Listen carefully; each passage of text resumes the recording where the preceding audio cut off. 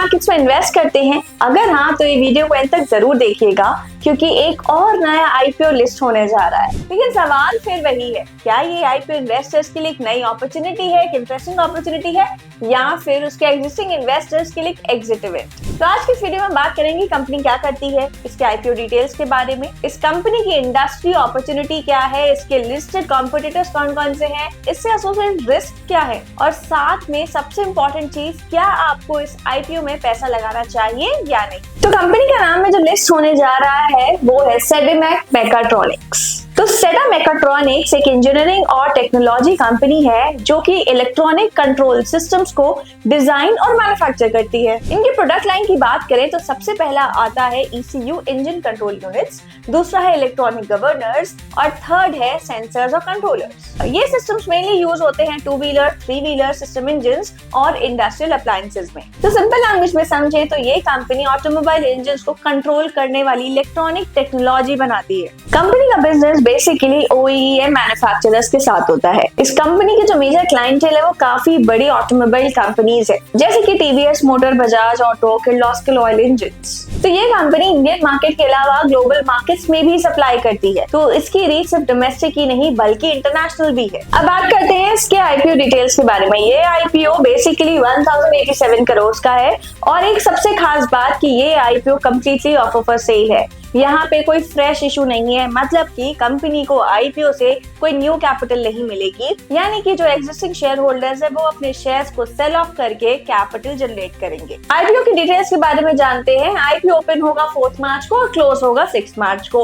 इसकी लिस्टिंग होगी 11 मार्च की। उसका जो प्राइस बैंड है वो है 1287 रुपीज से 1352 रुपीज तक का। रिटेल इन्वेस्टर्स को मिलेंगे नियरली अबाउट 11 शेयर्स और इसका इन्वेस्टमेंट होगा नियरली अबाउट 14,872 रुपीज का। और सबसे खास बात कि ये आईपीओ NSE और BSE दोनों एक्सचेंजेस पे लिस्ट होगा। अब थोड़ी बात करते हैं कंपनी के फाइनेंशियल्स की। रिसेंट ईयर्स में इस कंपनी के प्रॉफिट्स में काफी ज्यादा ग्रोथ देखी गई है। रेवेन्यू रहा 648 करोड़ का एंड वही प्रॉफिट रहा 47 करोड़ का। इंटरेस्टिंग बात तो ये है कि कंपनी का प्रॉफिट लास्ट ईयर के कंपैरिजन में 8 टाइम्स ग्रो कर चुका है। ये ग्रोथ मेनली आई है 3 फैक्टर्स की वजह से। सबसे पहला है प्रोडक्ट डिमांड, दूसरा है इंजीनियरिंग सर्विसेज और तीसरा है ऑटोमोटिव इलेक्ट्रॉनिक्स एक्सपेंशन।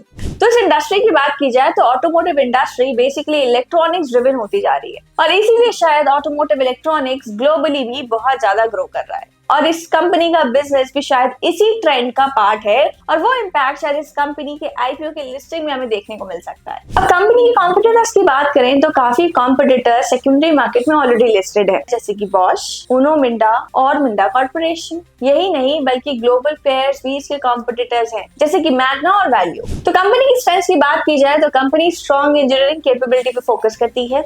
यही नहीं बल्कि कंपनी धीरे धीरे व्हीकल्स में इलेक्ट्रॉनिक्स इंटीग्रेशन को बढ़ाने पे फोकस कर रही है। तो मेयर फोकस है कंपनी का रिसर्च और डेवलपमेंट में, और जहां पे रिसर्च और डेवलपमेंट में फोकस होगा वहां पे और ज्यादा रेवेन्यू और ज्यादा ग्रोथ की पॉसिबिलिटी बढ़ जाती है। तो बात करते हैं इस कंपनी से एसोसिएटेड रिस्क की। तो सबसे बड़ा रिस्क जो हमें दिखाई देता है वो है कि कंपनी कोई भी फ्रेश इशू नहीं ला रही है, यहाँ पे कंप्लीटली ऑफ ऑफर सेल है, मतलब कि एक्जिस्टिंग शेयर होल्डर्स अपना शेयर, अपना हिस्सा बेच रहे हैं एंड जनरेट कर रहे हैं कैपिटल को।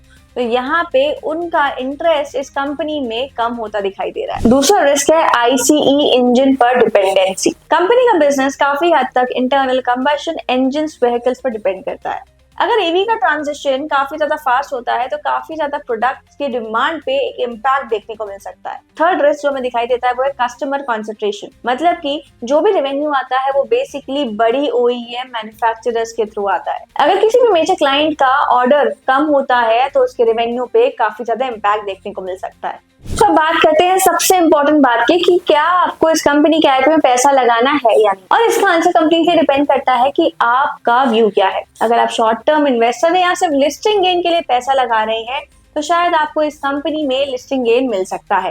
करंट GMP है नियरली अबाउट 53 रुपीज का। बट वहीं अगर आप एक लॉन्ग टर्म इन्वेस्टर हैं तो आपको काफी ज्यादा चीजें सोचनी और समझनी पड़ सकती हैं। हालांकि ये कंपनी इंटरेस्टिंग टेक्नोलॉजी सेगमेंट पे काम तो करती है, बट वहीं as a long term investor आपको देखना है सबसे पहला OFS स्ट्रक्चर, दूसरा है EV का ट्रांजिशन रिस्क, और थर्ड है इनका क्लाइंट कंसंट्रेशन। तो ये तीनों चीजें मॉनिटर करिएगा अगर आप लॉन्ग टर्म इन्वेस्टमेंट का सोच रहे हैं। लॉन्ग टर्म इन्वेस्टमेंट के लिए डिटेल एनालिसिस करना बहुत ज्यादा जरूरी है।